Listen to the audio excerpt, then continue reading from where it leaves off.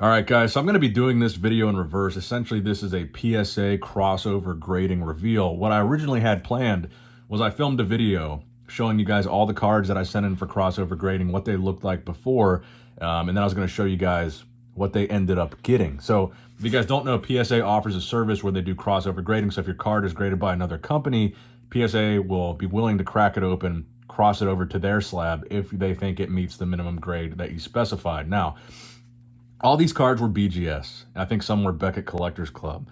Most of them were BGS 9.5s. A couple of them were BCCG 10s. I specified my minimum grade to be a 9.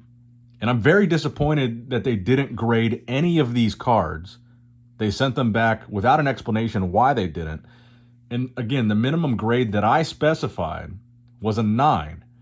But every single card that I sent in was already graded better than a 9. So what I was going to do was show you guys the cards first, and then hopefully show you guys some regraded PSA slabs, but they didn't grade any of these. So I'm just going to crack these open and show you guys what cards I sent, because they sent them back to me exactly the same, which is very disappointing. And I was looking at forums online for other people that had similar experiences, and apparently this happens pretty often.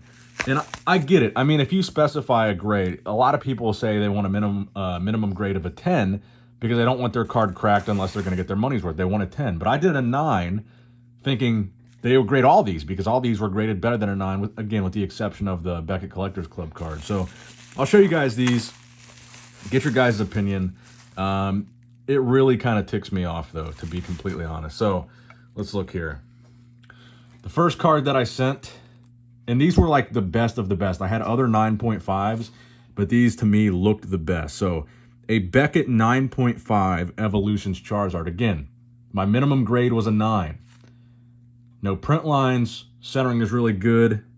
I don't see any white. Well, maybe there's a little whitening on that corner there, now that I'm noticing it. But still, my minimum grade was a 9. They thought that this Charizard would not meet a minimum grade of a PSA 9. Okay. Granted, it's worth more as a Beckett 9.5. But look, this is what we get. No explanation. They just say it did not meet the minimum grade, which I think is extremely disappointing. And it just, I don't know. Beckett 9.5 Charizard again. Centering looks really good. No print lines. I actually don't see any whitening on this one. They thought that this was not going to meet a PSA 10 or a PSA 9. Again, minimum grade was 9. And I would have been fine, even though it would have lowered the value. I kind of would have been fine with them cracking these cards and grading them as a 9 versus, because that's what I specified. I said, if that's what it gets, grade it. If that's my minimum grade. This was my best Topps Holo Charizard. These are really, really hard to come by in a 10. They're really pretty hard to come by in a 9.5. Very, very solid Holo Topps Charizard. Again, they did not think this would meet a grade of a PSA 10.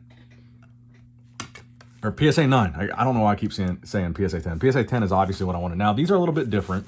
These are the Beckett Collectors Club cards. So, essentially, Beckett Collectors Club, it's like one of their cheapest grade. I think it is their cheapest grading service that they offered to Beckett Collectors Club members.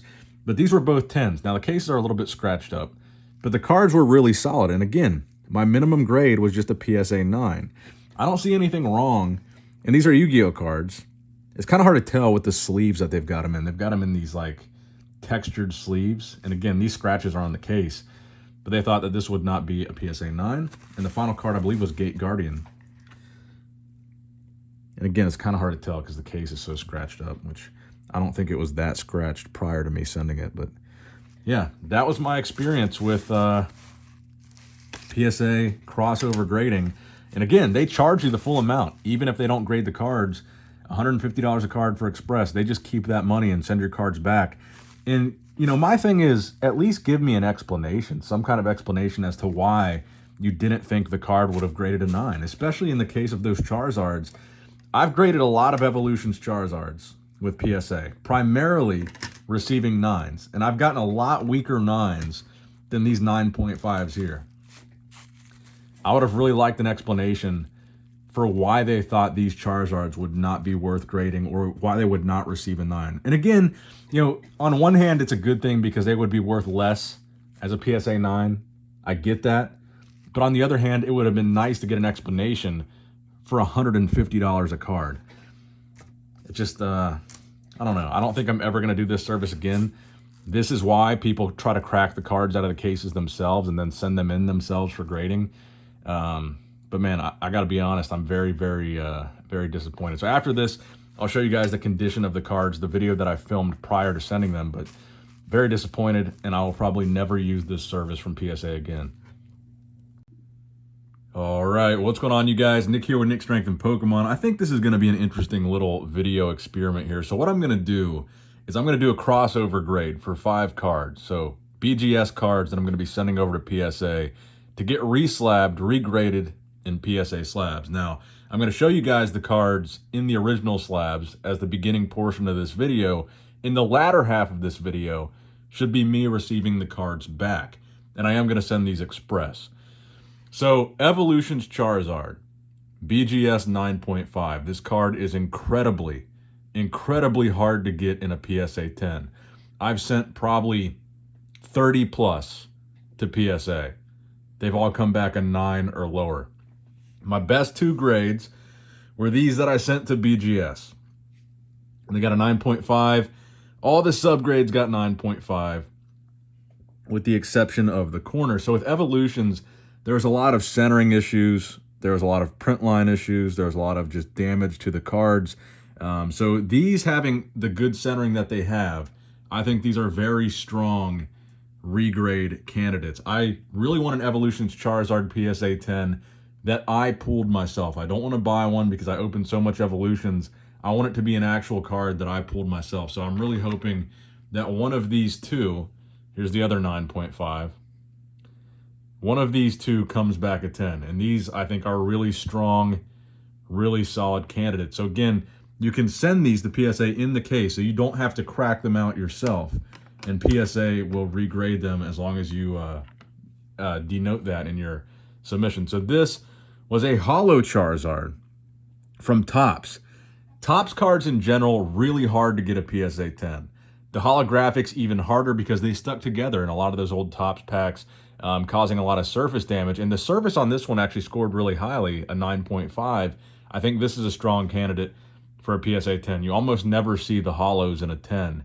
It's just really hard to get just because of the way the Topps packs were stored, the way they aged. Just very difficult. So these are the interesting ones here. There's 2 Yu-Gi-Oh cards in this submission. And these I actually pulled from those mystery power collections that you could get at like Walmart or Meijer or whatever. And you could get like a random graded card. And in my random graded mystery power box, I got a BCCG 10 mint or better 2002 Legend of Blue Eyes White Dragon. Now, this card is obviously a very valuable card in a PSA 10, but BCCG, or Beckett Collectors Club, was essentially like their cheaper version of grading. I'm looking at the corners here because that's typically what Yu-Gi-Oh grades the harshest, and these corners actually look pretty good. But Beckett Collectors Club was like a lot lighter. Like they were just easier on the grades. I'm trying to see here if I see a print line or anything. I can't tell if there's scratches on the case or if those are scratches on the card. But I want to submit this as a crossover grade for a 10 just to see how strong the BCCG 10 turns out to be. So we got the Blue Eyes and a BCCG 10. And we've got a Metal Raiders Unlimited Gate Guardian. In this case, is pretty scratched up too. Again, these were in the mystery power boxes, so they're just bouncing around in there. But again, it's going to be interesting to see. The corners on this one look really good, really sharp. Don't see any print lines. But even if these came back a 9, especially this card here, I think this is like a $10,000 card. I could be wrong. In a 10, I think it's like $10,000. Oh, man. I'm excited for this. I think this is going to be cool to see what happens with this. But let me know what you guys think in the comment section below. And in a couple minutes, you're going to see, well, in a couple seconds, because I'm going to splice these videos together, and you're going to see the actual results. So let's get to the results here. And this is probably about a month or so in the future. So check it out.